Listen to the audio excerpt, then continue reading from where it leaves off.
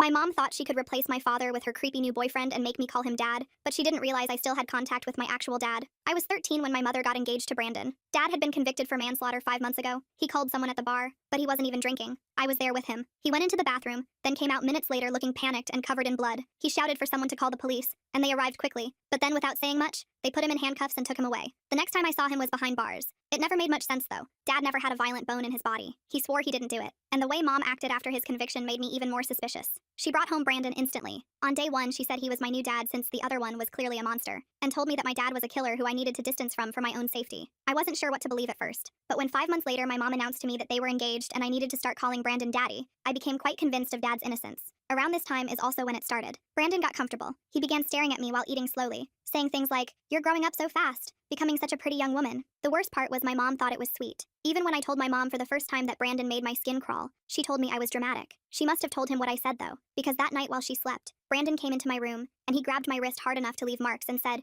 "You know what happens to naughty girls who snitch." I was terrified, but I knew I couldn't trust my mom by telling her, so I kept it a secret. I also started keeping a different secret around this time. I started writing letters to Dad. I'd hide them between my textbook pages and mail them from my friend's house after school. Dad would write back through the prison email system to an account I created without Mom knowing. Things got really bad one specific Thursday, though. I came home from school one day to find out Mom had changed my last name on all school records to Brandon's without telling me. "You'll thank me when you're older," she said. That night, Brandon came into my room to celebrate being a real family now, and sat on my bed. He put his hand on my thigh and said I should be grateful to have a dad who cares. I pushed him off and locked myself in the bathroom until he left. I remember writing to Dad about that incident. The letter I got back from him was on real paper this time, and parts of it were damp and see-through, almost as if he had cried while writing it. That almost broke me. But luckily there was one thing I looked forward to, the chance to see him. His birthday was coming up, and I remember enthusiastically asking Mom if I could visit him. I told her I knew she didn't like him, but it was his birthday, just today, and for a few minutes. "Please," I said. But of course I got told no. Actually, I got told something even worse. Mom said we couldn't go because that exact weekend Brandon coincidentally had car show tickets and expected us all to go together. He specifically requested us to have adjoining hotel rooms. When I told them I'd rather visit Dad, Mom exploded. "He's a killer! You're not visiting a murderer!" When I said, "He's innocent and he's still my dad," Brandon backhanded me across the face while Mom watched. She said nothing. I was forced to go with them that weekend, and while I was sleeping, the worst happened. Brandon snuck in. He was drunk, and this time he didn't restrain himself to just a thigh grab. His hand went all the way. I had never felt so disgusting and humiliated. I remember traveling home broken. And to make matters even worse, the week we came home, my mom found the hidden letters from Dad I had been hiding. She burned them in the backyard, and as punishment for communicating with him, she took my bedroom door off its hinges for monitoring. Of course, Brandon took this as an opportunity. He would stand in the doorway at night watching me sleep. I remember that was a real breaking point of mine. I remember sneaking off into the school library past hours the next day to email DDA. I must have sent an hour-long email that made no sense because I just rambled about everything. I didn't know what I expected, if I even wanted anything because I was so numb. But then 2 weeks later, I got a reply from him. It was lengthy, super lengthy, telling me all the right things and how everything was going to be okay. But there was one thing that stuck out. "Did you check where I said?" I became confused. Check where? I started going through every single email he had ever sent me, and that's when I found it. In one of the more recent emails, Dad had told me to go up to the attic and behind the radiator. I remember reading that email the day after asking my mom if I could go visit him. I think I was too heartbroken to read thoroughly, and somehow missed it. Either way, I made a big-time mental note of what Dad said, and waited until Mom and Brandon went on date night. That happened next week. My hands shook climbing into the attic with a flashlight, and behind the radiator, I found a plastic-wrapped journal. I opened it to the marked page Dad told me to. It was dated weeks before Dad's arrest, and in Dad's handwriting it said, "It's been a few weeks since I caught Lauren and Brandon sneaking off into the bar. I don't know how to confront her." I was shocked, taken aback, and that's when I heard the sound of a car pulling into the driveway that made my blood run cold. They were back early. The restaurant must have been too crowded, or maybe they'd had a fight. I could hear car doors slamming and Mom's heels clicking on the walkway. My heart pounded as I clutched the journal to my chest, knowing I had only seconds to decide what to do. I heard Brandon's heavy footsteps on the stairs, each creak of the old wood sending a jolt through my chest. My hands were shaking so bad I almost dropped the flashlight, its beam dancing wildly across the dusty attic floorboards. I shoved the journal under my shirt, the leather cover cold against my skin, and scrambled toward the attic opening, but I was too slow. Brandon's head appeared through the hole just as I reached the ladder, his dark eyes immediately locking onto mine. He stared at me for a long moment, his expression unreadable in the dim light. Then he climbed up the rest of the way, his broad shoulders barely fitting through the opening. I backed up against the wall, feeling the rough wood press into my spine, the journal pressing against my stomach under my shirt. He looked around the attic slowly, deliberately, taking in the disturbed dust that hung in the air like tiny ghosts, the moved boxes near the radiator where I'd found Dad's hidden things. He asked what I was doing up here, his voice calm, but with an edge that made my skin crawl. I told him I was looking for my old stuffed animals from when I was little, trying to keep my voice steady. He didn't believe me. I could see it in the way his jaw tightened, the way his hands flexed at his sides. He stepped closer, and I could smell the wine on his breath from dinner, mixed with his cologne that Mom said was expensive but always made me feel sick. He said I was a terrible liar, just like my father. The words hit me like a slap. Then he grabbed my arm, his fingers digging in hard enough to bruise, and yanked me toward the ladder. I had to use my other hand to keep the journal from falling out of my shirt, pressing it tight against my body. Mom was waiting at the bottom of the ladder, her arms crossed and foot tapping impatiently. She looked annoyed, asking why I was sneaking around like some kind of thief in my own house. Brandon told her I was probably hiding something, his hand still gripping my arm possessively. He suggested they search my room, and I saw a flash of something dark in his eyes. I panicked and said I just wanted to find my old teddy bear because I couldn't sleep without my door. The words tumbled out too fast, too desperate. Mom rolled her eyes but seemed to buy it, probably because she was tired and didn't want to deal with more drama. That night I waited until I heard them both snoring, Brandon's deep rumble mixing with Mom's softer breathing. The house settled into its nighttime creaks and groans as I carefully hid the journal inside my pillowcase, feeling the corners dig into my cheek when I lay down. I couldn't risk reading more with Brandon checking on me every hour, his shadow appearing in my doorway like clockwork. The next morning was Saturday. Mom made pancakes like nothing had happened, humming off-key to some song on the radio. The normalcy of it made my stomach turn. Brandon kept staring at me across the table, his eyes following every movement as I pushed food around my plate. I excused myself to use the bathroom and took the journal with me, hiding it in the tank of the toilet wrapped in a plastic bag I found under the sink. The water was cold on my arms as I carefully placed it inside. At school on Monday, I snuck into the computer lab during lunch, telling my friends I had to finish an assignment. The room was empty except for the hum of old computers and the tick of the wall clock. I started taking photos of each page of the journal with my phone, angling it to avoid the glare from the fluorescent lights. My hands were still shaking, making some photos blurry. The entries went back years, Dad's familiar handwriting becoming more frantic as time went on. Dad wrote about his suspicions, about seeing Brandon's car at weird hours parked down the street, about Mom acting strange and distant. One entry mentioned finding a receipt for a motel in Mom's purse when he was looking for gum. Another talked about Brandon showing up at the bar during Dad's shifts, always watching from a corner booth, always lurking like a predator studying its prey. I uploaded everything to a cloud account I made with a fake name, my heart pounding as the progress bar slowly filled. Then I deleted the photos from my phone, checking twice to make sure they were really gone. I knew Brandon might check it. He'd been going through my things more lately. When I got home that day, he was waiting in my room, sitting on my bed like he owned the place. He'd gone through everything. My drawers were dumped out, clothes scattered across the floor like fallen leaves. My mattress was flipped, the box spring exposed. Even my old jewelry box was emptied, cheap necklaces and friendship bracelets tangled together. He asked where it was,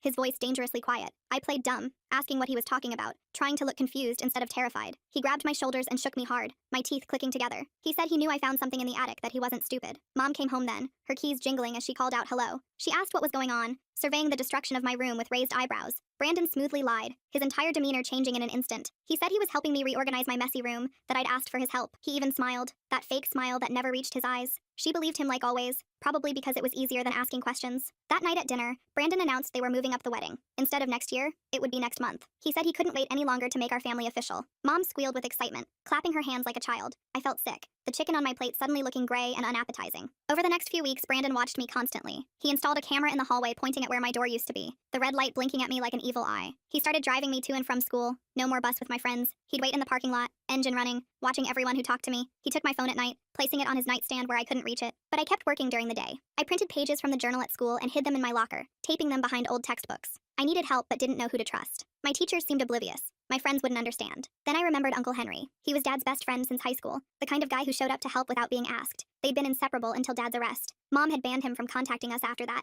saying he was a bad influence, that he enabled Dad's violent tendencies. But I knew that was a lie. Uncle Henry was a good man who smelled like sawdust, and always had butterscotch candies in his pocket. He worked construction, and had 3 kids of his own, twin boys and a little girl who called me her big cousin. I found his number in an old address book Mom had forgotten about in the kitchen junk drawer, buried under expired coupons and dead batteries. I called him from the payphone outside school during PE class, the metal cold against my ear. I told the teacher I felt sick and needed air, clutching my stomach for effect. Uncle Henry answered on the 3rd ring, his gruff voice softening when I said who I was. I talked fast, words tumbling over each other, telling him I needed help, that Dad was innocent, that I had proof. He told me to slow down, to breathe. Then he said to meet him at the public library after school the next day. He'd tell my mom he saw me walking and offered a ride if she asked. His voice was steady, reassuring, and for the first time in weeks, I felt like maybe things would be okay. Brandon was suspicious when I said I was staying late for a group project. He grilled me about who was in my group, what the project was about, which teacher assigned it. But my history teacher backed me up when he called to check, probably annoyed at being bothered during her planning period. I practically ran to the library, my backpack bouncing against my spine. Uncle Henry was waiting in the parking lot in his old pickup truck. The red paint faded but clean. He looked older than I remembered, with more gray in his beard and deeper lines around his eyes.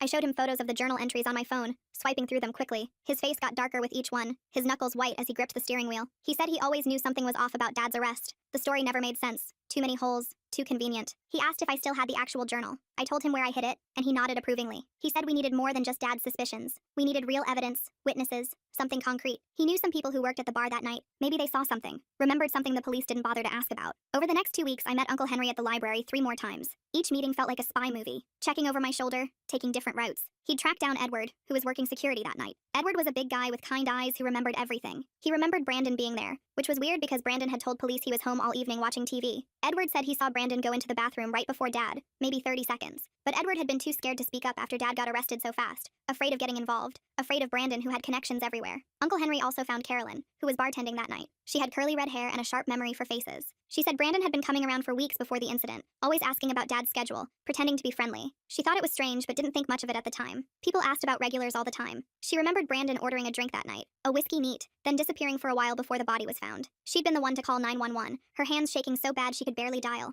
The breakthrough came when Uncle Henry talked to Brian, who managed the bar. Brian was an older guy who'd run the place for 20 years. Brian mentioned they'd upgraded their security system a month before the incident. The police had only taken the main camera footage, but there was a backup system that recorded the hallway to the bathrooms. Brian still had those files on an old hard drive in his office. He'd forgotten about them until Uncle Henry asked, the drive gathering dust behind old liquor invoices. We met at Brian's house to watch the footage. His living room smelled like cigarettes and coffee. My stomach was in knots as Brian connected the drive to his laptop. The timestamp showed Brandon entering the bathroom at 9:47 p.m., walking casually like he had all the time in the world. Dad entered at 9:52 p.m., probably just needing to use the bathroom after his shift. Brandon came out at 9:51 p.m., checking his watch and smoothing down his shirt. Dad came out at 9:53 p.m. covered in blood, shouting for help, his face a mask of shock and horror. It was clear as day. Brandon had 4 minutes alone in that bathroom, more than enough time to call someone and set up a frame job. Uncle Henry copied the footage onto multiple USB drives, his hands steady and methodical. He said we needed to be careful about how we handled this. We couldn't just go to the police. Brandon might have connections there, friends who owed him favors. We needed to build an airtight case first. He told me to act normal at home, not to let on that we knew anything. It was the hardest thing I'd ever had to do. But Brandon must have sensed something. Maybe I was a bad actress. Maybe he was just paranoid. He started getting more aggressive. One night he came into my room and sat on my bed, the mattress dipping under his weight. The hallway camera couldn't see him from that angle. He said he knew I'd been sneaking around with Uncle Henry. Someone had seen us at the library, probably one of his buddies who seemed to be everywhere. He said if I didn't stop whatever I was doing, Mom might get hurt. He said accidents happen all the time, his voice casual like he was discussing the weather. People fall downstairs, cars have brake problems, gas leaks happen. I understood the threat, felt it settle in my chest like a cold stone. I was terrified but tried to stay calm, keeping my breathing even. I told Uncle Henry at our next meeting, whispering even though we were alone. He said we needed to move faster. He'd been in touch with Dad's lawyer, showing him what we'd found. The lawyer was excited but cautious. He said we needed the original journal too. It would strengthen the case, prove the photos weren't doctored. I told him I'd get it, even though the thought made me want to throw up. That night I waited until 3 a.m., watching the clock's red numbers change with agonizing slowness. I crept to the bathroom, my bare feet silent on the carpet. I carefully retrieved the journal from the toilet tank, the plastic still protecting it. It was still dry in its plastic wrapping. Dad's words safe. I put it in my backpack for school, zipping it into the inner pocket. But when I came out of the bathroom, Brandon was standing in the hallway like a ghost. He asked what I was doing up, his eyes glinting in the darkness. I said I felt sick, holding my stomach. He stared at me for a long moment, then let me pass. I felt his eyes on my back all the way to my room. The next morning, my backpack was gone. I found it in the kitchen, empty, its contents spread across the table. Brandon was sitting at the table with the journal in front of him, flipping through pages with theatrical interest. Mom was reading it, her face pale and confused. Brandon had told her I'd been writing fantasy stories about him, that I was disturbed, that I needed help. He'd started pointing out specific entries, saying, "Look how she's trying to copy your husband's handwriting. See how she mentions you and me together? This is clearly her sick fantasy about breaking us up." Mom's confusion turned to anger as Brandon kept talking, weaving his lies with just enough truth to make them believable. Mom believed him. She said she was disappointed in me, that making up lies about Brandon was sick, that she thought I was dealing with Dad's absence better than this. I tried to tell her it was Dad's journal, but she wouldn't listen. She said I was obviously forging Dad's handwriting to frame Brandon, because I couldn't accept him as my new father. She said I needed therapy, maybe even a special boarding school for troubled teens. Brandon suggested his cousin ran one in another state. Very strict, very isolated. Good for fixing problem children who told lies and caused trouble. The way he said it made my blood run cold. I felt the walls closing in, the room spinning slightly. That day at school, I found Uncle Henry's truck in the parking lot at lunch. I climbed in and broke down crying as I told him what happened. He said not to worry, we still had the footage. But when I got home that afternoon, my phone was missing from my backpack. Brandon had it. He went through everything and found my cloud account, guessing the password after 3 tries. He made me watch as he deleted all the journal photos, his finger stabbing at the screen with vicious satisfaction. He said Uncle Henry's copies wouldn't matter without the original to verify them against. He said the photos could be faked, that any decent lawyer would argue they were doctored without the original journal to compare the handwriting. The bar footage was different. That was from an official security system with timestamps that could be verified. But handwriting in photos? Too easy to forge. That night, Mom told me I was leaving for boarding school on Monday. This special place would help me deal with my delusions about Brandon. She'd already called the school. They were expecting me. It was 1,000 miles away in the mountains. No phones allowed. No outside contact for the first 6 months to avoid negative influences. I realized this was Brandon's plan to shut me up for good, to make me disappear without actually calling me. I managed to slip out Saturday morning when Mom went grocery shopping and Brandon was in the shower. I could hear the water running as I eased open the front door. I ran to Ashley's house and used her phone to call Uncle Henry. Ashley's mom was at work and Ashley covered for me, bless her. I told him about the boarding school. He said to pack a bag and meet him at the library in an hour. But when I got back home, Brandon was waiting on the front steps, his hair still damp. He'd noticed I was gone. He dragged me inside by my hair, my scalp burning. Mom wasn't back yet. He threw me against the wall hard enough to knock a picture frame down and said I'd ruined everything. He said he'd worked too hard to let a bratty kid destroy his plans. He said Dad deserved to rot in prison, that he'd been planning this for months before that night at the bar. He said Mom was easy to manipulate, so desperate for attention after Dad started working 2 jobs to pay off the mortgage. I asked him why he called that man in the bathroom, needing to hear him say it. Brandon laughed, an ugly sound. He said the guy was just in the wrong place at the wrong time. Brandon had gone in there to plant a bloody knife he'd prepared, one that would have Dad's prints on it from the kitchen at home, but the hammered guy saw him placing it near the sink and started asking questions, getting too close. So Brandon had to silence him, quick and messy, using that same knife. Then when Dad came in minutes later to help, it was perfect. The blood was fresh, Dad's prints got on everything when he tried to help the victim, tried to stop the bleeding, and in the chaos, Brandon pocketed the actual murder weapon and left a different knife at the scene, one he'd also prepared but that wouldn't trace back to him. I was recording everything on Ashley's phone that I'd hidden in my pocket, the record button pressed before I even walked in. Brandon didn't notice. He was too busy ranting about how smart he'd been, how he'd worn gloves, how he'd studied the bar's schedule for weeks. He said after Dad was gone, marrying Mom was just smart business. She had good life insurance from her job at the hospital, and I'd be worth even more in Social Security if something happened to her. Maybe a car accident, maybe a fall, maybe she'd just get sad and take too many pills. That's when Mom walked in. She'd come back early because she forgot her wallet. She heard everything Brandon had just said. Her face went white as paper. She dropped the groceries, oranges rolling across the floor. Brandon spun around, realizing his mistake. He tried to backtrack, saying I'd made him angry, that he didn't mean it, that he was just trying to scare me straight. But Mom had heard enough. The veil had finally lifted. Brandon stepped toward her and she backed away, her hand reaching behind her. She told him to get out. He said she was overreacting. She grabbed a kitchen knife from the block and told him to leave or she'd call the police. Brandon laughed and said she wouldn't dare. Too much scandal, too much shame. What would the neighbors think? But Mom's hand was steady as she held the knife. For the first time in months, I saw the Mom I used to know, the one who protected me from nightmares and kissed scraped knees. Brandon realized she was serious. His face changed, the mask finally dropping completely. He grabbed his keys and wallet from the counter, but before leaving, he turned to Mom and said this wasn't over. He said he knew too much about her, about the affairs she'd had before Dad when they were first married, about the money she'd stolen from Dad's savings to cover her shopping debts. He said if she went to the police, he'd destroy her reputation. Then he left, slamming the door so hard the windows shook and the remaining pictures fell off the walls.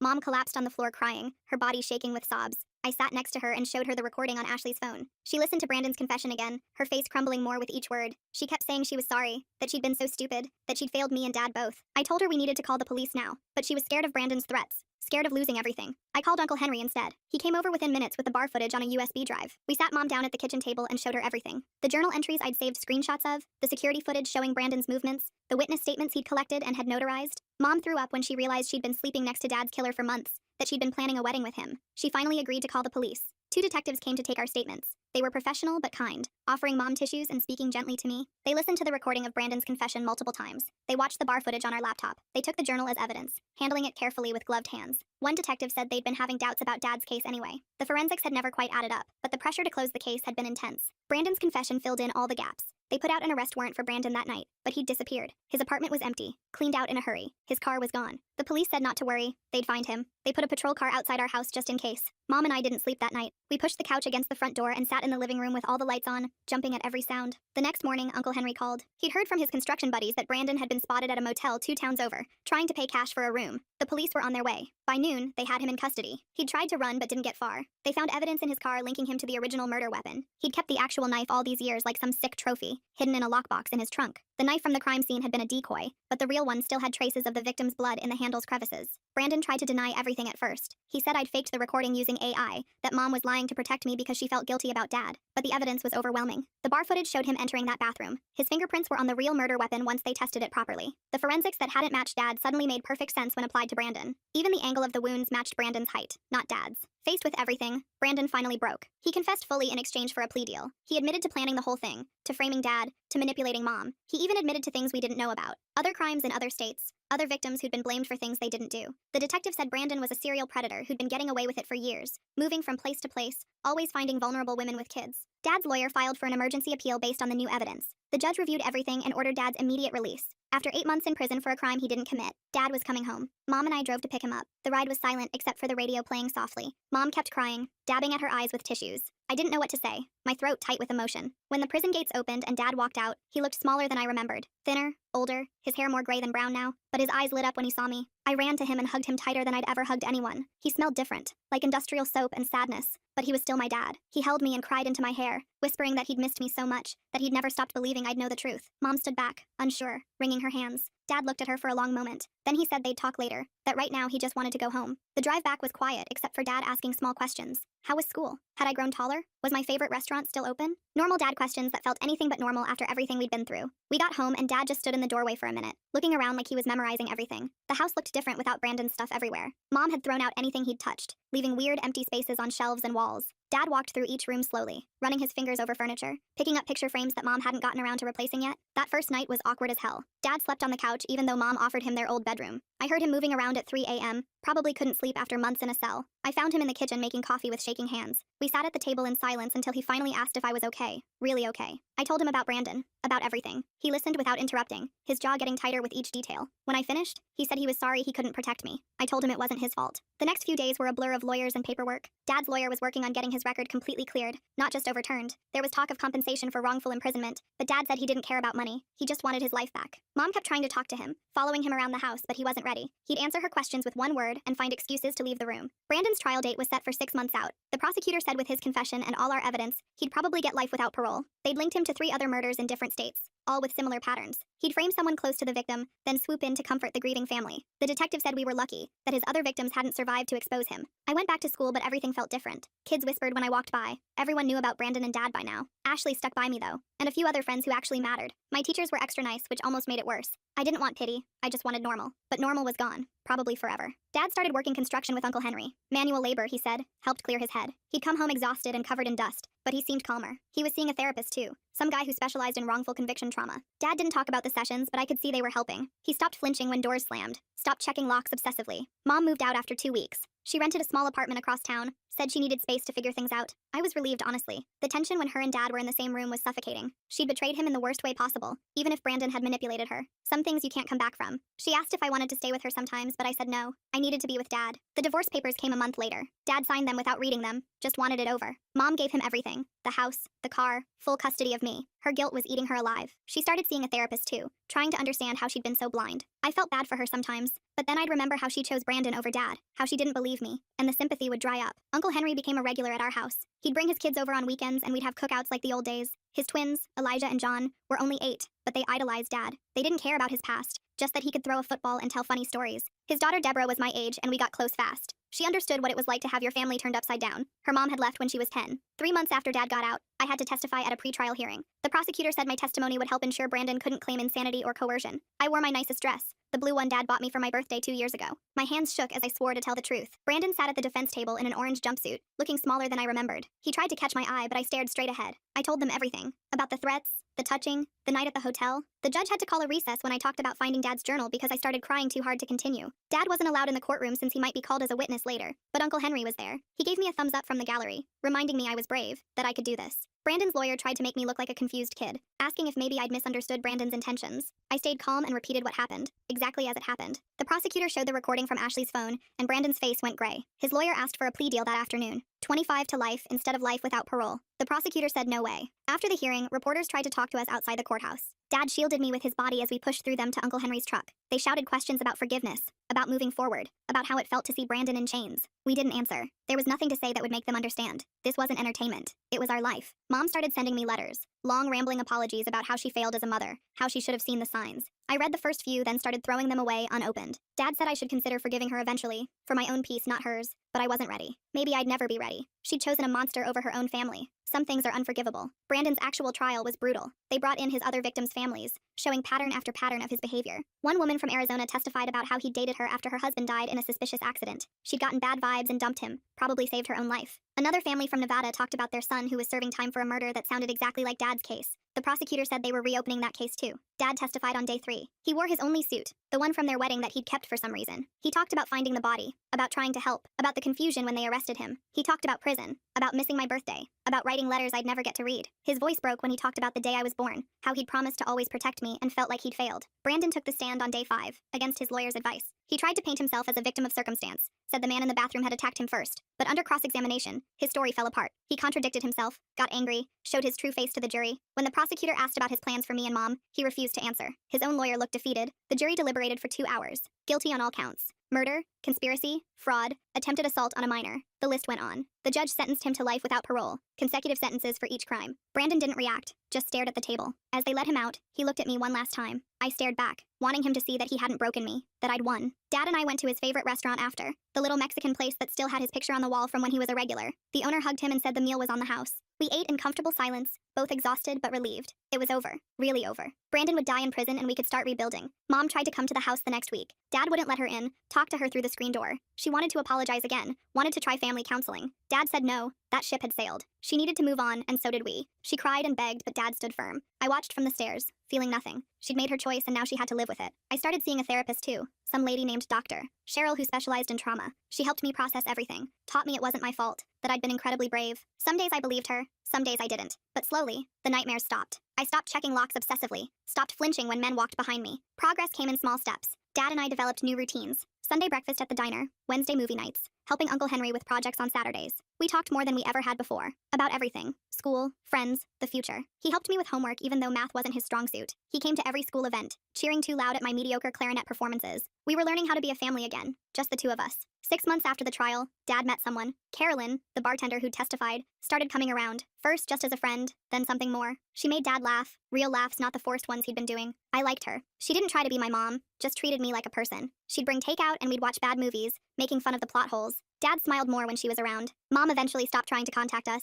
I heard from Ashley's mom that she'd moved to another state, starting fresh where nobody knew her story. Part of me hoped she'd find peace. Part of me didn't care. She'd been so easily fooled, so quick to replace Dad. Maybe Brandon had seen that weakness in her from the start. Maybe that's why he'd picked our family to destroy. A year after everything, Dad got a settlement from the state for wrongful imprisonment. Not millions, but enough to pay off the house and put money away for my college. He bought a new truck, took a vacation to the mountains, finally started living again. He kept working construction though, said he liked the honesty of it. You either built something right, or you didn't. No room for lies or manipulation. I turned 15 that spring. Dad threw me a big party, probably overcompensating for the birthdays he'd missed. Uncle Henry's family came. Carolyn was there. Even some kids from school showed up. We had a bounce house, which was ridiculous for teenagers, but nobody complained. Dad grilled burgers and told embarrassing stories about when I was little. For a few hours, we felt like a normal family having a normal party. That night, after everyone left, Dad and I cleaned up the yard in comfortable silence. He thanked me for believing in him, for never giving up. I told him I always knew he was innocent, that he wasn't capable of hurting anyone. He hugged me tight and said I'd saved his life. We both cried a little, but it was the good kind of tears. The healing kind. Life went on. I made honor roll, started dating a nice guy named Rory from my chemistry class.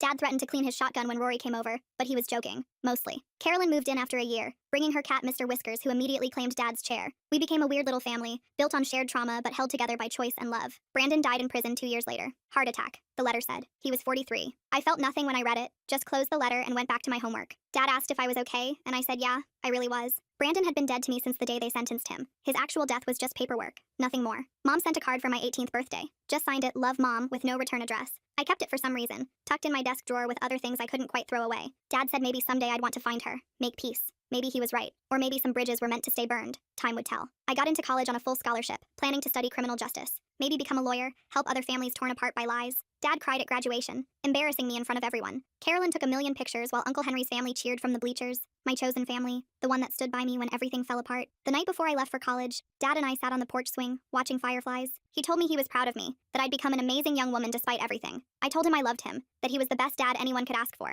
We sat in comfortable silence. No need for more words. We'd survived the worst thing imaginable and came out stronger. That was enough. Looking back now, I sometimes wonder what would have happened if I hadn't found Dad's journal that night. If Brandon had succeeded in sending me away, if Mom had married him, if Dad had died in prison believing nobody cared. But I did find it. I did fight back. And sometimes that's all you can do. Fight for the truth and hope someone listens. In our case, they finally did.